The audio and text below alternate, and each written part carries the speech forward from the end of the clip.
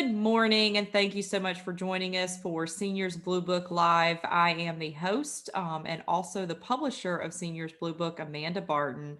Delighted today to bring on Miss Vicki Einhorn, who is over at Atrium at Liberty Park. How are you this morning? I'm great. Thank you. Good morning. Good morning to you. Appreciate you spending some time with me. I know that you are a very seasoned salesperson in our market, and you've done a variety of different things in the healthcare arena. So, talk to me a little bit about your history, your background, and what led you to this wonderful industry.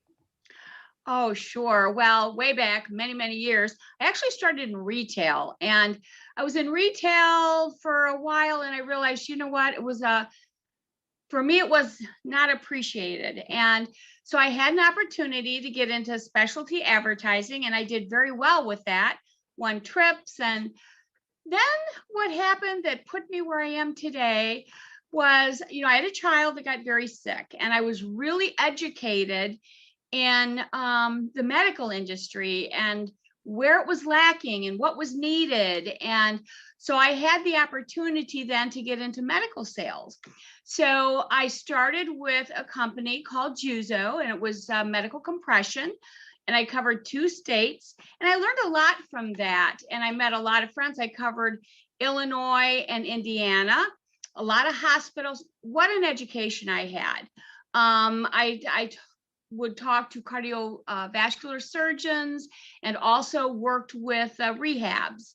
Then I had the opportunity to do skincare, wound care, which also brought in Tempur-Pedic Medical Division. That was very interesting because I learned a lot about surfaces, wounds, and I traveled 2 states. I did trade shows, and then after I did that, I think for 4 years and won a few awards, won a couple of mattresses, Tempur-Pedics. And then I had the opportunity to do hospice. It was brought to me, hospice. And the reason I chose to do hospice, I was with Vitas in Chicago for 10 years. And the main purpose of that was when my little girl was sick, hospice was never offered to me. I wasn't educated in it. I didn't know what it was. Everybody thought it was a bad thing. And once I learned what it was, I thought, wow, I really missed out. I needed the support. I needed the people. I needed to know I wasn't alone. So unfortunately, my little girl passed away without hospice. We didn't have the aftercare that was provided. And so what happened, I had an opportunity to move to Naples. Our company had an opening in Naples, and we had purchased a home here a year prior and fixed it up and was renting it. And we thought, you know what, this might be the perfect opportunity to get to Florida. And so I did. We transferred here. So I was with Vitas for a while. Then I went with Hope for a year. And then it came to me, somebody approached me about assisted living and senior living. And I thought, once I learned about this industry, I thought, you know what, I can give back. This is an area that I think I would really enjoy because I love our seniors. So I decided to step up and move into this industry. And I've been with many places with this industry. I was a regional. I was what they call the sales specialist, which is you travel all over, go wherever it's needed. But I have met the best people, including you, in this industry. And so, I'm still in it. I'll probably stay in this until I retire. And my plan is probably retire 1 to 2 years. And the plan then is to get back into real estate so that I can just, which I enjoy that too, not work as hard, not work every day if I don't need to. So that's kind of the plan. But it's been interesting. Yeah, I would say you don't really know what retirement is, do you? No, I don't. Who knows if that'll happen?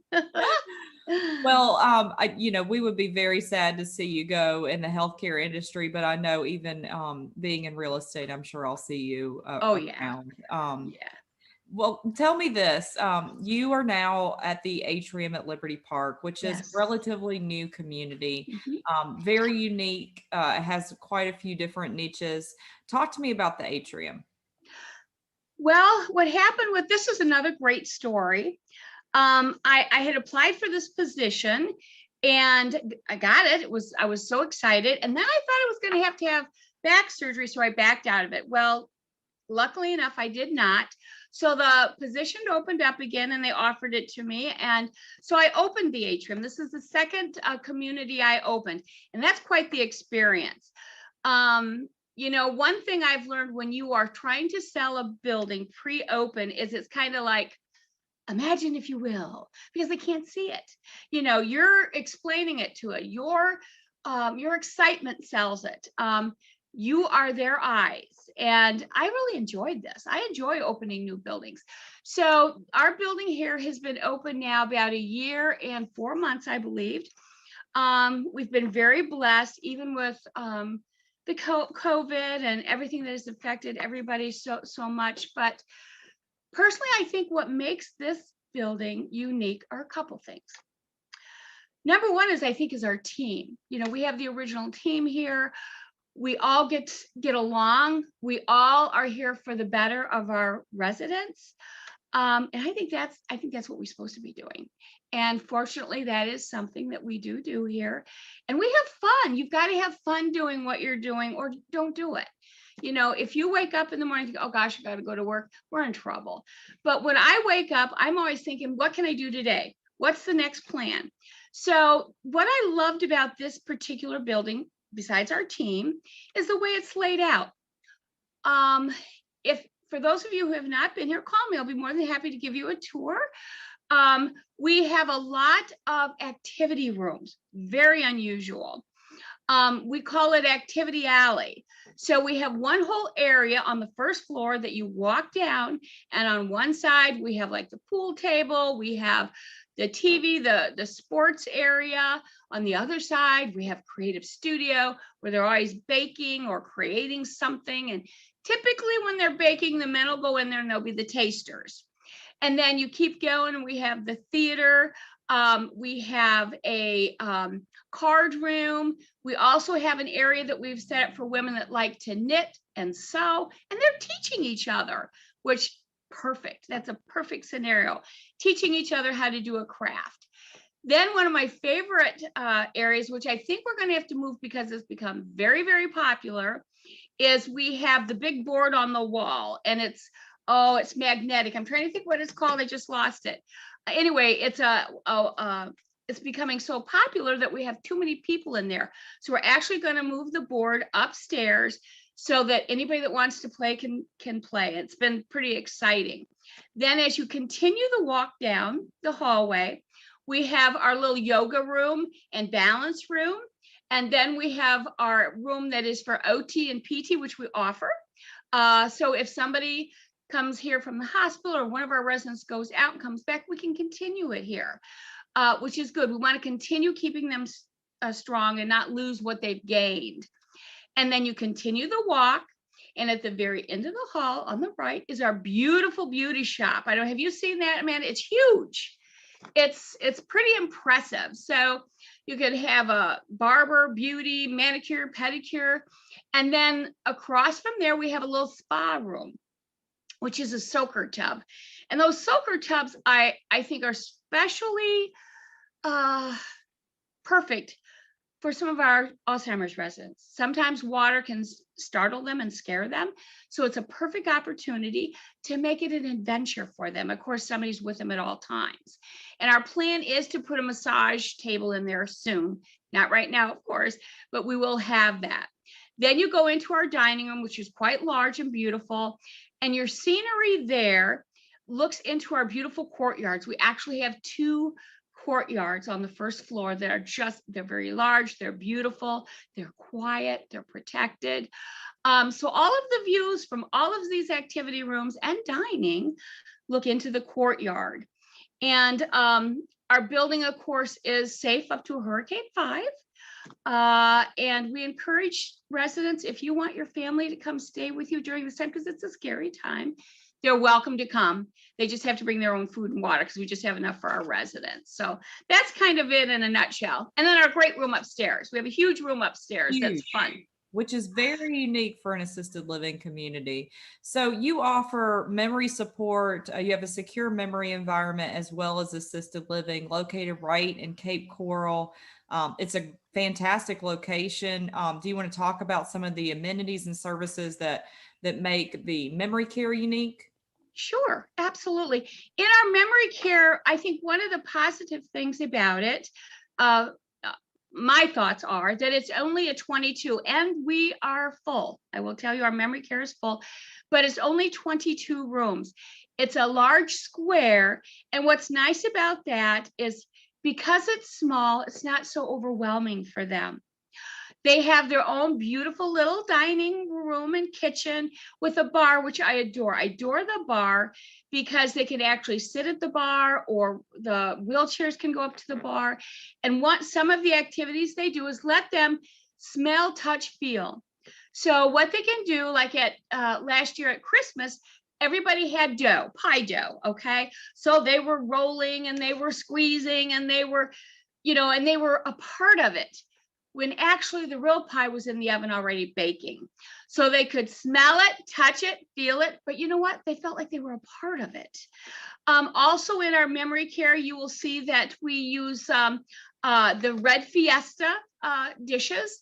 And of course, there was the study done on red dishes where it's more appealing. They can see it better. They eat better. It's a great study. I actually read about it. So what we decided here was to make sure that our memory care has the red Fiesta ware to brighten up, to make it easier for them to enjoy their meals. So we have two work areas, activity areas. One is more for more advanced and one is for less. So we want to keep them where they're at, so that's how we work that. Now, in our assisted living, we also have supportive independent. People go, what's that mean? What's supportive independent mean? Well, basically what our supportive independent means is you can come in here and not need any help at all. And it's kind of like a hotel if you want it to be. All meals are included. And let's say 6 months, a year, 2 years down the road, you might need a little help. We're here then. You don't have to move out of that apartment to go to another area of our building. You can stay there and we come to you with the care that you might be needing. So, and we're an LNS. If there's any third party needs that need to be met, we use home health for that. No, that's perfect. And I think it's important to talk about that they can stay in their apartment. They don't need to transition into another apartment, because I think sometimes that's the fear of moving into a community that maybe offers, independent living in one section, assisted living in another section. But the perks of your building is that the entire thing is licensed as that LNS, limited nursing services license, and it's a pretty high licensure. You can handle quite a few things, and I think your experience with wound care really plays into knowing what you can and can't handle with that LNS license. Do you just want to give a brief description of what that LNS license can handle, and when somebody might not be able to live in your community anymore? Well, typically, and I will say this too, we have a nurse here 24/7. Typically, I leave that up to our nurse. She's the clinical, she does the assessment. That's kind of how it works. They can typically stay here for almost anything unless you can't, you're bedridden. Okay. Then we have to look at alternatives. And we try to help you during that transition, because I think that's kind of the hardest thing, because residents have been here, they love us, they know the staff. We don't want to make them move out unless we absolutely have to. That would be a case that they are typically skilled, that they can't be, that they'll be skilled forever, and that's something we can't do here. So we try to look at all options, whatever we can do. Right. And I think sometimes people, hospice can be here too. We encourage hospice when needed. I mean, I love hospice. Absolutely. Stay here. Yeah. So with the partnership that you have with Hope Hospice and other private duty and Medicare certified home care, home health care agencies out there, most likely they're able to stay to end of life. It's just that stand and pivot. You got to be able to stand and pivot, right? That's right. And what we try to do is if we see somebody that's having issues with that, we get them on therapy right away. Absolutely. Let's get you on therapy in-house and let's build you up so you don't have to leave, because typically they don't want to leave. They want to Yeah. stay here. So that's what we try to keep them strong and safe. Absolutely. Well, Vicki, you are just a wealth of knowledge and you have so much experience. We're very blessed to have you as a supporting partner of Seniors Blue Book. We thank you for your support and for your time this morning. Well, thank you. We appreciate you too, Amanda. You know, I call on you all the time when I need help. Yeah, that's what I'm here for.